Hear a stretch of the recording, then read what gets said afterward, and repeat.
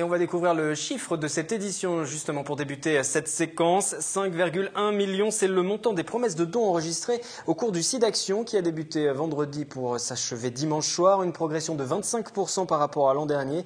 Pour en parler, pour faire le point sur la mobilisation dans le département des Yvelines, nous avons en ligne Jérôme André. Bonsoir à vous.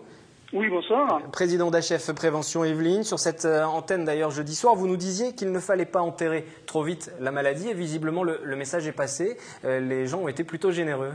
Exactement, et on peut noter qu'il y a environ donc 25% de dons en plus par rapport à l'année dernière.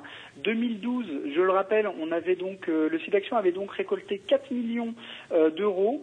Cette année, on est à 5 millions d'euros. Alors, il faut quand même remettre les choses dans leur contexte. En 2011, nous étions à 6 millions. Ce qui veut dire qu'entre 2011 et 2012, nous avions perdu donc 2 millions et cette année, on en gagne un de plus. 25% de dons en plus, c'est quand même très intéressant pour le SIDAction.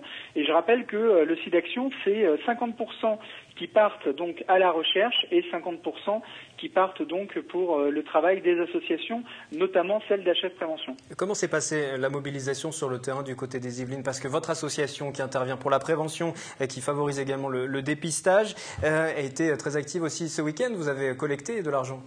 Alors effectivement, donc tout le week-end, effectivement, il y a eu des collectes de dons. Ça a commencé vendredi soir. On peut d'ailleurs remercier l'IUT de Rambouillet qui s'est largement mobilisé, notamment à la gare SNCF de Saint-Quentin-en-Yvelines, mais pas seulement. Ils ont fait aussi tous les abords du centre commercial régional, Espace Saint-Quentin.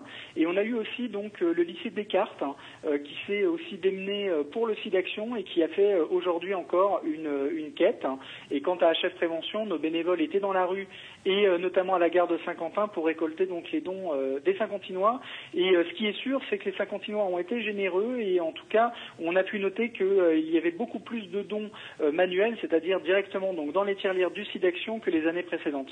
Une dernière question, elle est liée à cette déclaration de la ministre de la Santé ce week-end qui donne son feu vert à la commercialisation des autotests. Chacun pourra savoir oui ou non s'il est séropositif. Vous n'êtes pas favorable à cette mise en place? Nous, on n'est pas forcément favorable. On préférerait la généralisation des tests rapides, des tests TROD, ce que nous, effectivement, nous faisons, qui est sur du test sanguin. Je rappelle, en 1 minute, on peut connaître son statut sérologique avec HF Prévention avec une goutte de sang. C'est un test qui est habilité donc par le ministère de la Santé. On aurait préféré généraliser le dépistage et la généralisation donc de ces tests rapides plutôt que de voir arriver effectivement des tests en pharmacie. Ce qui est sûr, c'est que ces tests n'ont pas une fiabilité remarquable, ils sont fiables à 70%. Bon, on nous dit que c'est un outil complémentaire au dépistage. On va effectivement le prendre comme ça. Ce qui est sûr, c'est que elle souhaite le sortir sortir ces tests à partir de septembre ou plutôt fin d'année.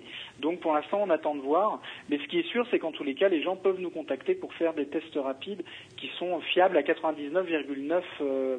Et puis les gens seront écoutés aussi, puisque l'écoute fait partie de vos missions, ils seront encadrés. L'écoute, voilà. Le conseil, la prévention, outre effectivement le fait de savoir en 1 minute son statut sérologique, c'est important aussi de parler de réduction des risques. Pour les gens qui, par exemple, ne souhaitent plus mettre de préservatif, eh bien, on les conseille, on les accompagne pour d'autres pratiques en termes de prévention.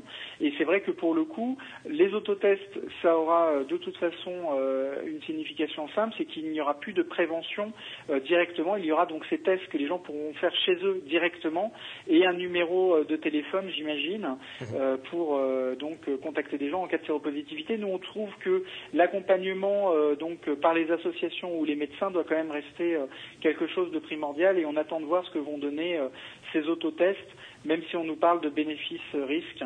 On attend de voir quand même. Merci Jérôme André d'avoir été en ligne avec nous, HF Prévention. Merci à vous et merci aussi à Téléfilm de s'être mobilisé pour le SIDAction. On ne le dit pas assez, mais si les chaînes de télé n'en parlent pas, effectivement, on a beaucoup plus de mal à mobiliser sur la question du sida et c'est aussi grâce à vous.